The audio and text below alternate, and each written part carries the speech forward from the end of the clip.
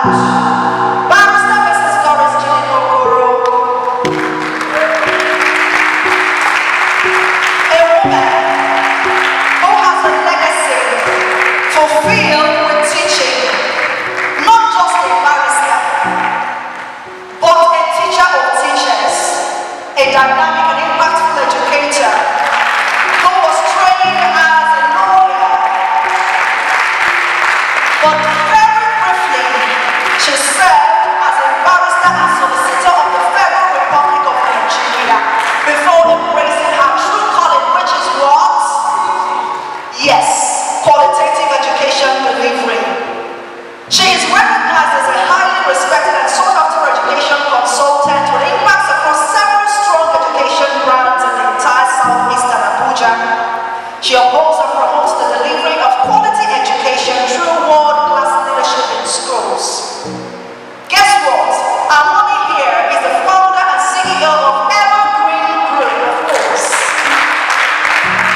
A school that began in 2012 with less than 15 pupils, but has now grown into a conglomerate comprising Evergreen Schools, Evergreen College, Rosedale Academy, with a total of studentship of nearly 1,000. Guess what? There is also Evergreen Kitchen. Mom, it's not all the time that you get to take all your flowers, so please let us do it today. Evergreen Kitchen, Evergreen Consultant, Evergreen Foundation.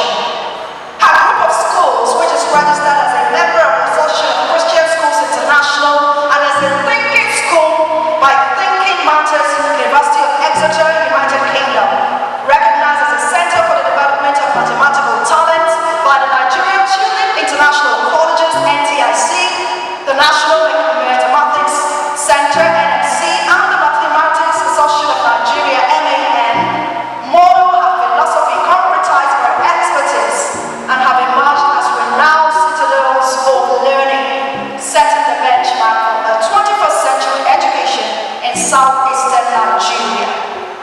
Guess what? She is a devout believer in Jesus Christ, and she serves as a preacher, mentor, coach, and president of Sisters Fellowship International, SFI, Evergreen Chapter Enugu, embodying a holistic approach to leadership and service. You know she's a grandmother, do you know? And she's married to who? Chairman. Presenting to you, Barrister Doris Chinedu-Okoro, CEO of Evergreen Group.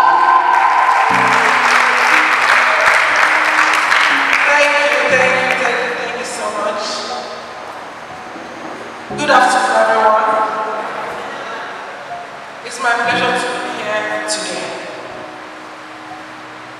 And just like we prayed and saying, I guess next year we also have to have a lot of children seated, because this is for us to take it back. The conversation is not enough for just us in this room. The conversation is for us to be able to make sure that we reach as many people as possible. So I want to first of all appreciate Miss Sandra for this platform. You know, one thing is to see a need, and a second thing is to take a step towards providing solution. This is a huge need, and I'm particularly excited that I'm associated with the president of Value for Daily Living. And as far as I'm concerned, this is a cause everybody has to put hand together to push, and I'm committed to it. I want to say well done to Mrs. Sandra. I want to appreciate all the other speakers, our daddy in the house, the man of God. I also want to appreciate our commission, even though he's not here right now, and the local government chairman, the past chairman in Nigeria. I want to appreciate him. I want to also especially appreciate my sisters. If I say my sisters, they know themselves. I want to appreciate them. Their support is enormous. Can't even begin to imagine it, you know, and I'm sure that I need to take over the world. and also to all friends, well wishers, our children who are here present. I also want to appreciate you. But where are they? I thought we had more students than this when I walked in. Okay, so the conversation we have today for Value for Daily Living, the inaugural conference, the first of this time is Take It Back. And I can tell you, ever since Sandra had been trying to put this together so that we start conversation, because I want to tell you that this conversation today is going to bring up a lot of conversation. And it's also going to bring up bigger things. Maybe one day, that's why you just can't ignore the fact that you need to take pictures, selfies, and give. So one day, when I'm talking about Value for Daily Living, and you couldn't get a ticket to go, you now show me the picture and say, when they started it, I was there. So take the picture now. Because it's possible, I remember in that thing, because this is a movement, and this is the right cause. And you know, the world is always looking for solution providers. Once you can provide a solution, that is just what it's asking for. And this is a huge one. Ask me how I know it's a huge one, because even the people we try to relate, their own has failed. Do you know that? Their own has failed. Because before now, a lot of things we've been doing around here, we've been trying to pattern it along the western line. And that's also one of the things that affected our culture. So when we're saying take it back, maybe the question, when the commissioner spoke, he said, start with your conscience. But I have a problem. The problem is, do you know some people's conscience is already dead? Including some mother's conscience, some parents' conscience. So what do we do with those whose conscience are no longer alive? But at least those of us that still have conscience that are living, let's start with our conscience, just like the commissioner pointed out.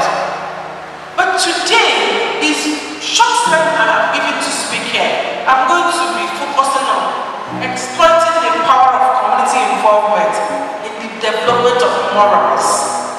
I'm going to be looking at it from the community involvement. Because when I heard this team take it back, it took me back to when I was growing up. When I was growing up, we were mindful of what the people that we meet on the street will say about the way we look, about the way we dress, about the way we speak. I don't know, I'm not about this young ones, but much older people can relate to this. If you're leaving the house, you're mindful of whether your skirt is short, not your mom or your dad approve, the person you're going to meet in the street. You are mindful of what they will say. I remember those days, growing up in a family where parents were very strict on what you were wearing. My mother is a teacher. You know, their teachers used to be role model. Where teachers now were trying. But I remember they were very conservative with their dressing.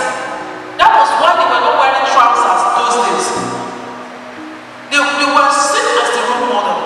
So having a mom who was a teacher, you can just tell yourself, trouser was a taboo in our house. So the only way I and my elder sister can wear trousers was to hide it in our bag and probably go out and then wear it somewhere. Some of you can relate to what I'm saying, because there's 50 things you do around that. That was when we were wearing trousers. But guess what? You will not check from our house to where you're going to enter vehicle. Will anybody that's not related to you but knows your parents, will they meet your way? I don't know I don't listen to what I'm saying. So you have to calculate that. If you calculate they will meet you, you better wear the trousers where you know a lot of the people will not meet you. Because see how they will meet you. They will not meet you as surveying you. You know, you not say good afternoon. Good afternoon. You will not say what up go Jason here. You not tell like mama this is it. Okay. Oh my God, yes, mama. You know what she's saying? She's trying to make sure you are the coach, because she will leave where she's going to go back to your mom now and tell your mom, greet your mom, ask her about the meeting and everything. And I said, I just met money. No,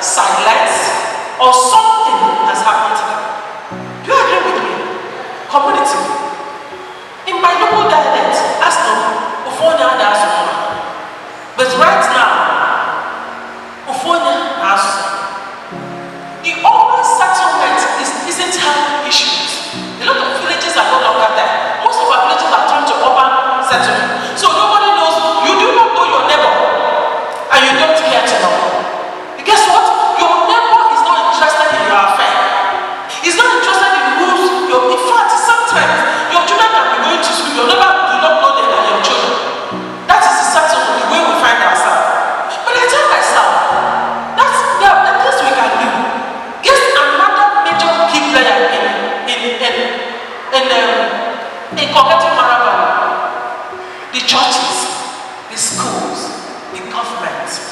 I will just talk a bit about the school where I am a key player.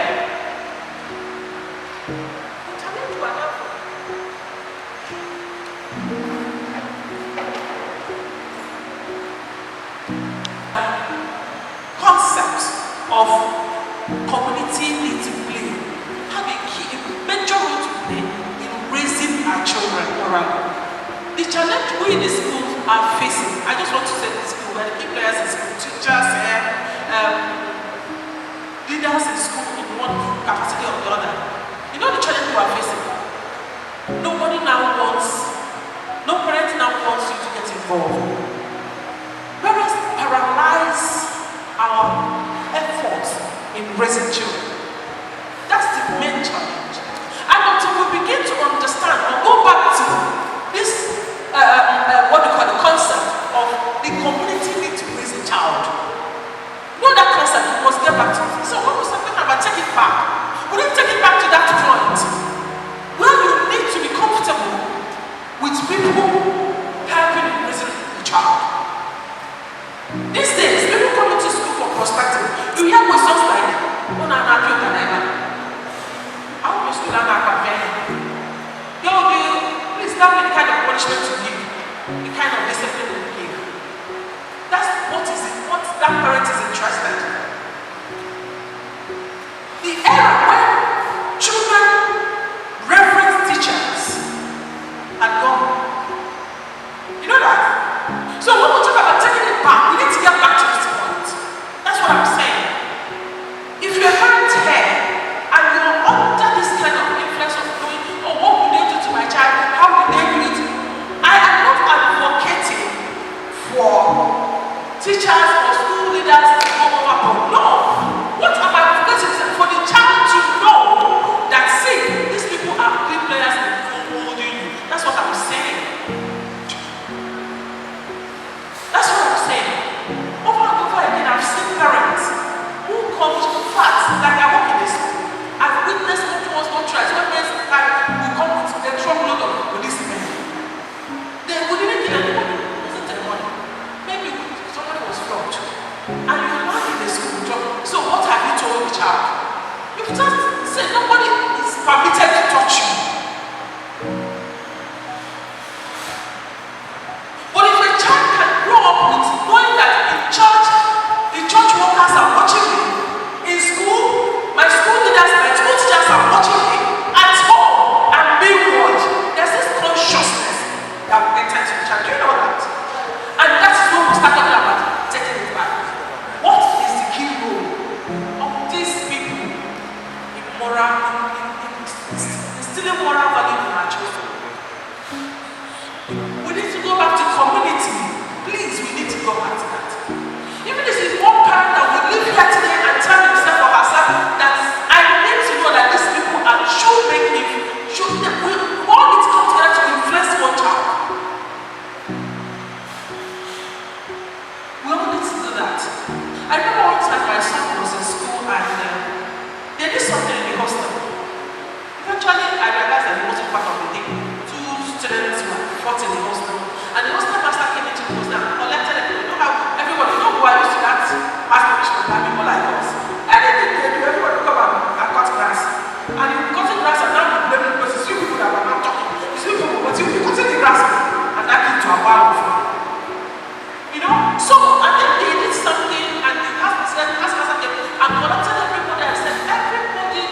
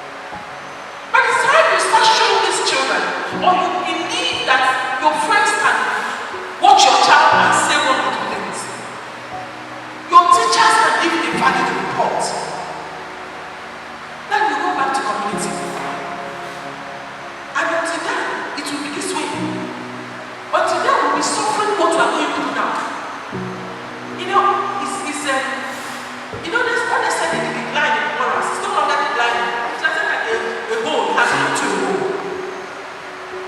Because acceptable vices, well, I call it acceptable vices.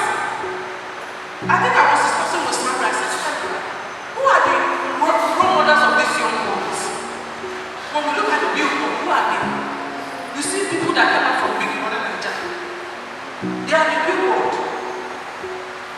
They are the people. A child answers the question and asks the question. Oh, look at your role model. And I remember the culture saying something. Remember their negative role models. He said something like that. You see young girls who really don't want to do anything anymore. The first part I mean, all they want to do is make it quick, make it fast. They want to wear the bus straight hair, have 50 or whatever that is involved.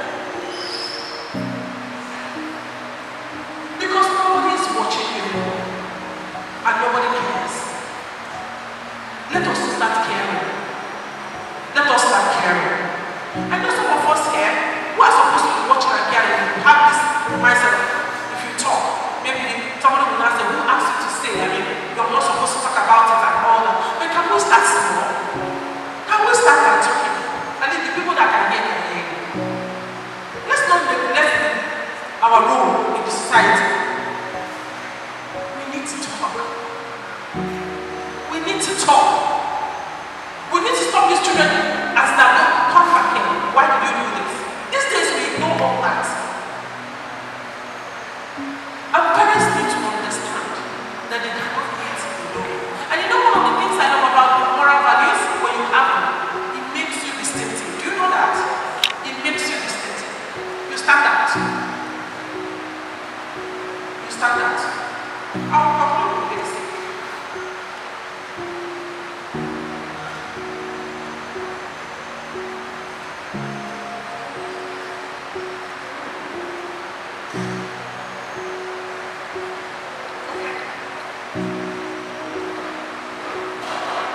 I'll conclude with this.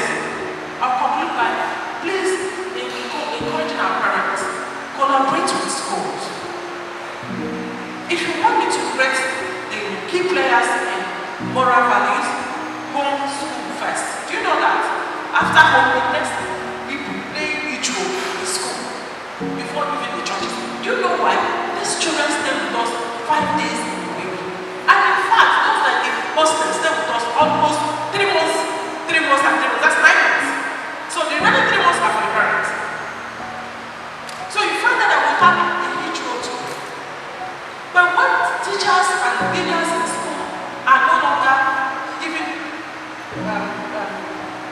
enough authority, I will just use the word authority because we get authority from them, or given enough freedom to work with the children, you're careful, you're looking at what you're saying to your child. The next thing will tell you mental health. I wonder why we're not all running mad when we're going on. Because our parents down to their mental health. You know, they down to nobody patronizes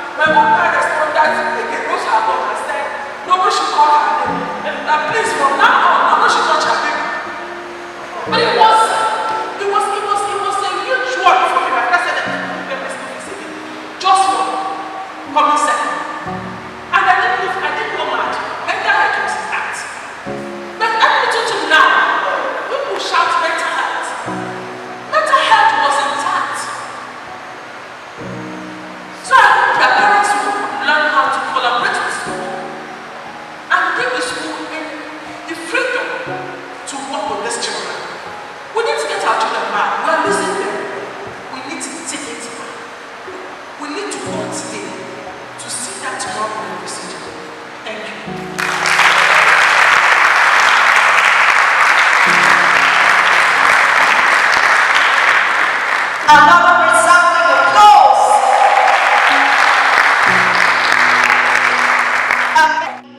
Conversational presentation by Barrister Mrs. Doris Chinedu-Okoro, and we will do the important thing that we should do now. As she returns on stage, we have an important presentation to be made. So I just hand over the microphone.